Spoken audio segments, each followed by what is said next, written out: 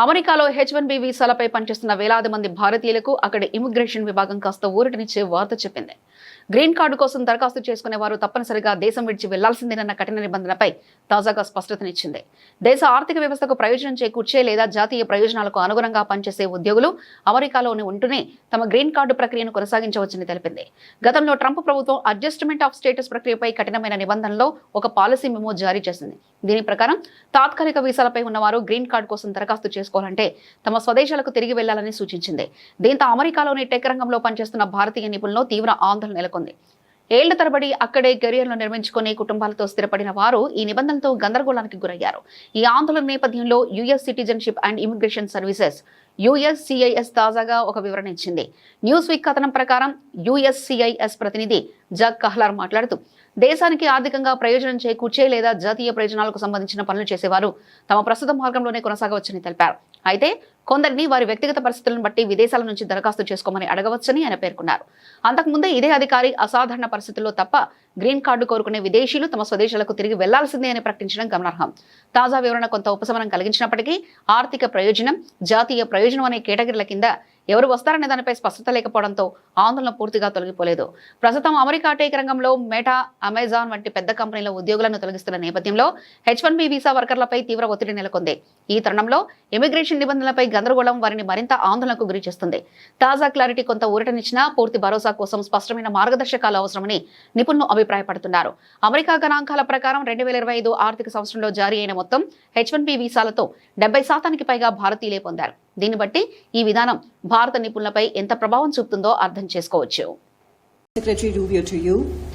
Indian students, engineers, doctors, researchers have contributed enormously to US economy and innovation ecosystems. But the recent changes in J1 visa, F1, H1B visa are being seen in India as hurting the core pillar of people-to-people relationship. What does your administration have to say about this in regard to Indians and the message to Indians in this regard? Dr. Jaishankar, to you, my question is, India today has strong relations with UAE, the Gulf countries, Israel, Iran, and of course US here. And how confident are you of managing all these relations at this time in the current situation? Would you say it is an example of multi-alignment? Thank you. Thank you. Let me just handle on the first of all, I take and accept what you just said about the contribution that Indians have made to the U.S. economy. Over $20 billion have been invested in the U.S. economy by Indian companies. We want that number to continue to increase, and obviously the expertise as well that they've provided into our economy has been very, very valuable. I don't want you to view, or anyone, I made this point yesterday in an interview, the changes that are happening now, or the modernization of our migration system into the United States is not focused, it's not India specific, it is global, it's being applied across the world. We are in a period of modernization, and I'll be frank and honest with you because it's important to talk about this. We've had a migratory crisis in the United States. This is not because of India, but broadly, we had over 20 million people illegally enter the United States over the last few years, and we've had to address that challenge.